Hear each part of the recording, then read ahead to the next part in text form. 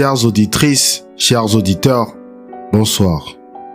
Bienvenue sur Causa Sui, le podcast qui vous invite à plonger en vous-même et à réfléchir à votre place dans ce monde. Qui que vous soyez, où que vous soyez et quoi que vous fassiez en ce moment, une chose est certaine. Vous êtes d'une manière ou d'une autre soumis à des affects. Ces affects sont votre point de contact avec le monde. Cela tombe bien, car ensemble, nous allons essayer de les comprendre. Aujourd'hui, nous allons examiner ensemble une expérience difficile, une situation qui pourrait toucher chacun d'entre nous. Peut-être que certains d'entre vous l'ont déjà vécu. Je vous invite à vous projeter dans cette situation. Cela pourrait être inconfortable au départ, mais rassurez-vous. Une fois éclairé par les idées de Spinoza, cette expérience vous apportera un immense bienfait. J'en suis convaincu. Maintenant, fermez les yeux et imaginez. Vous êtes sur votre lieu de travail. Le ciel est d'un bleu éclatant dehors, mais à l'intérieur, votre cœur bat à un rythme soutenu. Vous avez rendez-vous avec votre supérieur hiérarchique. L'ordre du jour, une éventuelle promotion. Celle-là même que vous attendez depuis des années et pour laquelle vous avez travaillé d'arrache-pied. Dans votre esprit, tout semble s'aligner. Les derniers mois ont été une suite de réussites. Vous avez dépassé les attentes, pris des initiatives audacieuses, parfois au détriment de vos soirées, de vos week-ends, voire de votre santé. Aujourd'hui pourrait être le jour. Vous traversez le couloir d'un pas déterminé. La moquette absorbe le bruit de vos pas, mais vous avez cette sensation étrange, comme si chaque mouvement pesait un peu plus lourd. Vous arrivez devant la salle de réunion, une légère sueur perle dans votre paume, et vous êtes confiant. La porte s'ouvre. Votre supérieur vous accueille avec un sourire chaleureux. Vous vous installez sur une chaise en face de lui. L'air est presque palpable, comme une tension électrique suspendue entre vous deux. « Merci d'être venu », commence-t-il, un ton bienveillant dans la voix. « Je voulais discuter de quelque chose d'important. » Son regard se pose sur vous, pesant, mais il continue. Les mots qui suivent sont une douce mélodie. Votre travail est extraordinaire. Votre présence indispensable. Vous êtes un pilier de l'équipe. Et alors qu'il parle, vous sentez déjà la fierté monter en vous. Ce sentiment grisant que tout cela va enfin payer. Puis le temps change. Un soupir. Une pause plus longue qu'elle ne devrait l'être. Sa voix devient plus basse. Presque contrite. Malheureusement, après mûre réflexion, nous avons décidé de ne pas vous attribuer la promotion. Le temps s'arrête. Votre esprit vacille. Une seconde plus tôt, vous étiez au sommet. Maintenant, vous sentez le sol qui se dérobe sous vos pieds. La pièce se rétrécit autour de vous. L'air devient oppressant. Et il continue. Comme si ces mots ne suffisaient pas. C'est Astrid qui a été choisie. Astrid. Votre collègue sympathique, mais dont le travail ne vous a jamais impressionné. Une chaleur étrange vous envahit. Pas une chaleur réconfortante, non. Quelque chose de brûlant. De rageur. Vous souriez par réflexe, mais en vous, une tempête éclate. La colère gronde, accompagnée d'un profond sentiment d'injustice. Vous essayez de comprendre. Pourquoi elle? Pourquoi pas vous? Votre cœur tambourine. Vous sentez un poids lourd dans votre estomac. Chaque mot qu'il prononce ensuite n'est qu'un bruit sourd, noyé par les pensées qui tourbillonnent dans votre esprit. La jalousie, elle, s'insinue comme un serpent. Douce au départ, presque imperceptible. mais elle grandit. Elle s'installe. Vous pensiez apprécier Astrid, mais là, dans ce moment précis, vous ne pouvez qu'imaginer son sourire ravi, peut-être même un peu suffisant, en apprenant la nouvelle. Et vous détestez ça. Vous détestez elle. Vous vous détestez vous. Prenez un instant. Ressentez cette tension dans vos épaules. Cette brûlure dans votre poitrine. Cette boule qui monte dans votre gorge. Ce mélange de frustration, de trahison et d'une étrange honte. Vous êtes là, figé dans cette salle de réunion. Une bataille intérieure fait rage, mais à l'extérieur, vous devez rester calme. Dignité oblige. Arrêtons-nous là et analysons un peu cette expérience. Avant tout, remarquez à quel point l'imagination peut rendre les choses réelles. Juste en mettant en image cette situation, vous l'avez rendue réelle et votre corps réagit comme si elle le vivait. Vous avez certainement traversé toutes les émotions décrites dans cette expérience, avec une intensité plus ou moins faible, mais vous ne pouvez pas le nier.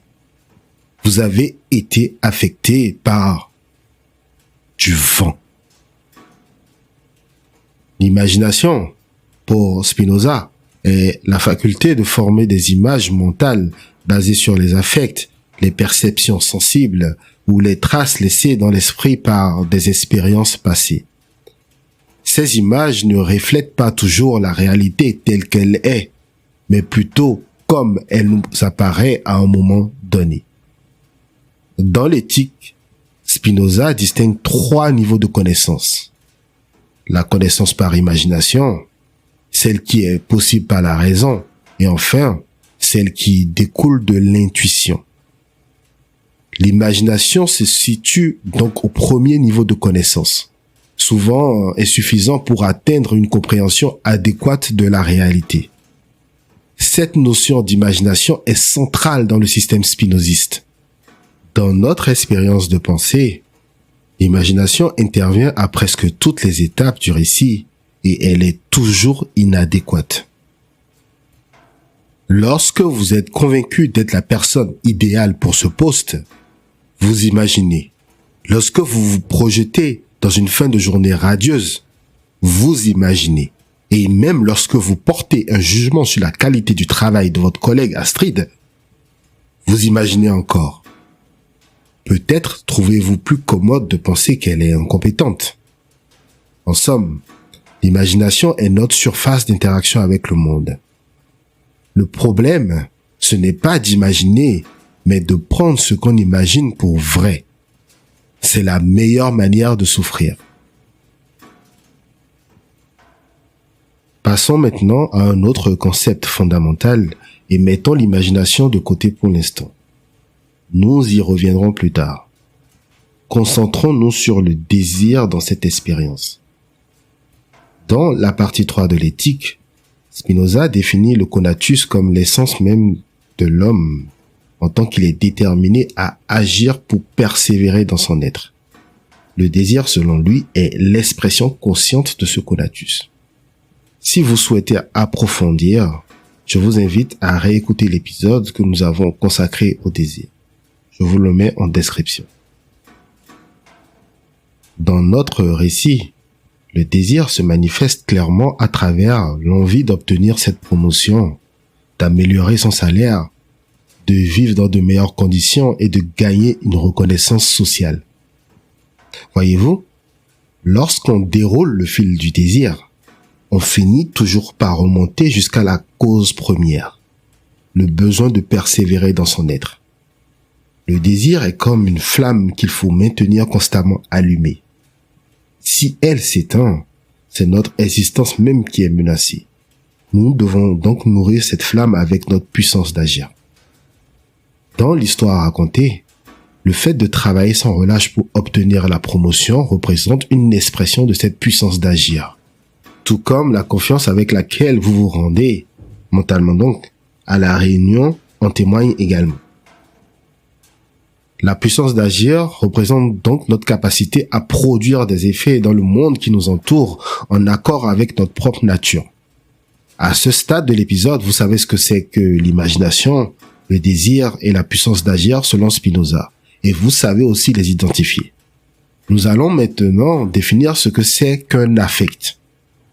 Un affect, c'est ce qui se produit en nous quand nous imaginons. Par exemple, quand nous imaginons Astrid obtenir le poste, un affect de jalousie se manifeste en nous. Vous commencez à comprendre le rôle primordial de l'imagination, je l'espère. Pour Spinoza, on distingue 3 affects primordiaux. Le désir, la joie et la tristesse. Tous les autres affects ou émotions, si c'est plus clair pour vous, ne sont que des variations et des modulations de ces 3 affects-là. La haine que vous ressentez à l'égard de votre collègue dans cette situation peut être définie selon Spinoza par une tristesse accompagnée de l'idée d'une cause extérieure. Ainsi, l'amour est une joie accompagnée par l'idée d'une cause extérieure, c'est-à-dire que si une interaction avec une personne ou un objet nous procure de la joie, nous ressentons de l'amour envers cette personne ou cet objet. La satisfaction, quant à elle, est une joie qui découle de la contemplation de soi-même et de sa propre puissance d'agir, comme lorsqu'on ressent une légitime fierté après avoir accompli quelque chose de positif. Enfin, l'humilité se présente comme une tristesse née de la contemplation de soi-même, liée à la perception de notre faiblesse ou de notre incapacité. L'éthique de Spinoza nous enseigne que nous sommes constamment exposés aux affects et que les comprendre peut nous conduire au bonheur. Comment cela fonctionne-t-il? Selon Spinoza, plus nous avons une idée adéquate, c'est-à-dire une idée qui correspond à la réalité de nos imaginations, plus nous expérimentons de la joie. En d'autres termes, plus nous comprenons les causes qui nous déterminent, plus nous sommes heureux. À l'inverse, plus nous nourrissons en nous des images confuses et déformées de la réalité, plus nous serons malheureux. C'est là la clé de Spinoza. Encore une fois, prenons notre expérience de pensée comme exemple et cherchons à en avoir une idée plus adéquate, moins floue et moins mutilée. Plusieurs raisons peuvent expliquer facilement le refus de cette promotion. Par exemple, l'idée de la promotion comme une récompense automatique pour les efforts fournis peut être une cause inadéquate.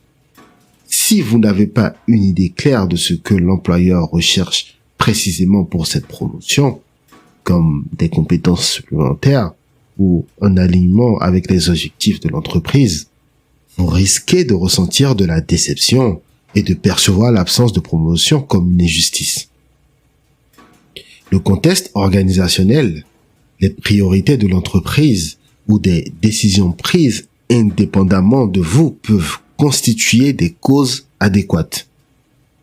Par exemple, si l'entreprise a des priorités différentes des vôtres, ces facteurs externes deviennent des causes nécessaires échappant à votre contrôle. Je pourrais continuer à énumérer des raisons valables et tout à fait acceptables pour ne pas avoir à vous accorder le poste. Voyez-vous, lorsque vous commencez à inscrire votre imagination dans le domaine de la raison, tout devient plus clair en vous et les émotions perdent leur emprise. Votre puissance d'agir s'accroît car vous serez désormais capable de mobiliser les ressources nécessaires pour concrétiser vos aspirations à l'avenir. Ce travail de mise en contexte ouvre la voie à la béatitude, un sujet que nous approfondirons dans un prochain épisode. Dans le contexte de ma maladie, cette philosophie m'a apporté une lumière précieuse. Elle m'a aidé à accepter ma condition et à me reconstruire en l'intégrant pleinement à ma vie.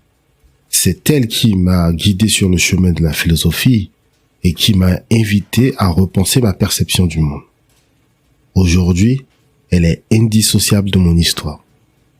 Spinoza vous invite à avoir une vision large, à faire appel à la raison avant de vous laisser emporter par vos émotions. Plus une idée est adéquate, plus elle génère des affects de joie.